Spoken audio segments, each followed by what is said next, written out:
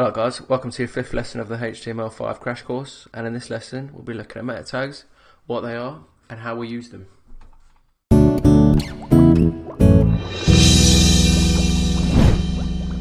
Alright guys, so we're back in VS Code and we'll go inside our reference box and we'll create a new file and we'll call this to_meta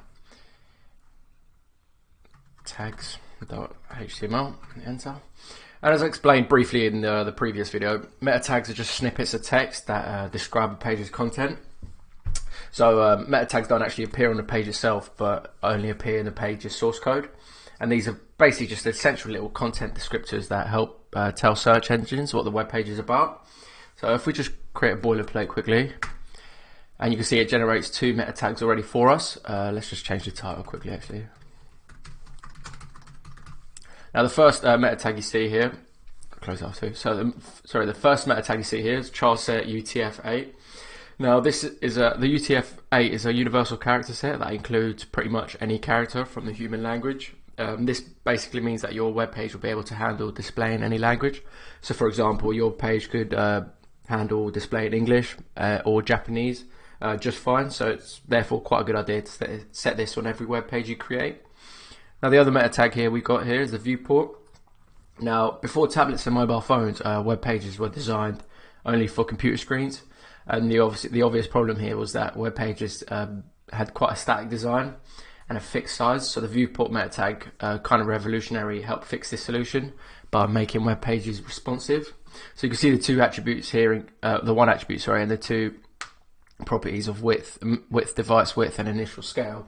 The first one here sets the width of a page to follow the screen width of the device, so this will vary depending on the device. And the initial scale sets the initial zoom volume when the page is first loaded by the browser. So another useful meta tag we can use is a description meta tag, and what this description meta tag is intended for is just to be a short summary of the content found on your web page. So the meta tag description basically just gives you a little bit more space to tell users what you're offering, and it's just a great opportunity to give them a compelling reason to click on your web page.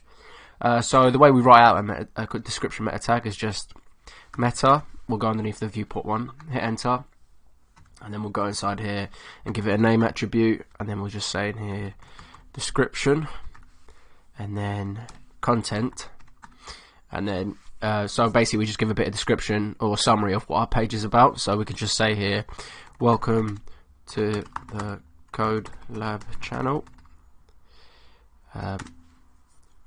learn to code here. Obviously that's just a brief description. You'd probably want your summary to be a bit bigger than that, but that's how you would write out a meta description tag. So another way we can actually display this is if we head into our browser and we'll just search for Facebook, for example.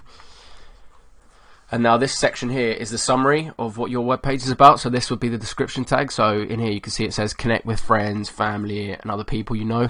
And that's essentially how the meta description tag works, guys.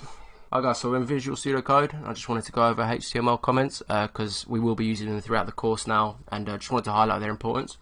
So comments in HTML are just pieces of code which are ignored by the web browser. And commenting in HTML allows developers to leave notes about the code, the functionality of that code, or to indicate any necessary changes for the future. So the way we write out a HTML comment is, we'll do it manually first, but there is a shortcut key. So first it's open angle bracket, exclamation mark, dash dash, and that's our comment. Emmet will generate the rest, and then we can just put anything we want in here. But let's just use a shortcut key. So the shortcut key for Windows would be Control/, and it will generate the comment for us. So anything now we put inside here won't be displayed in the browser, so we can just literally put anything we like. So let's just put, this is my main heading. Obviously this is basic, you'd probably put something more complex than this, but I just wanted to highlight how we use commenting. So we'll go underneath here and just put H1 and say my main heading, and then we'll just generate a paragraph with some dummy text underneath that. Just put 50. And then what we'll do now is just open this up in Live Server, and you can see here now that the H1, my main heading, and the paragraph tag with some dummy text displays, whereas the comment wouldn't. So it's pretty good practice to add comments into your HTML code, guys. This is especially important if you're writing out complex documents or projects, and comments also really help you and others understand your code and really increases code readability. Alright guys, just a quick recap of what we learned this lesson. Meta tags are snippets of text that describe a page's content. They don't appear on the browser, they only appear on the source code. Using HTML comments is a very useful tool. They're good coding practice and they're really good for code readability. But that'll conclude this lesson guys, and the next lesson we'll be going over headings and paragraphs. And if you guys like the content, please consider subscribing, and I'll see you in the next one.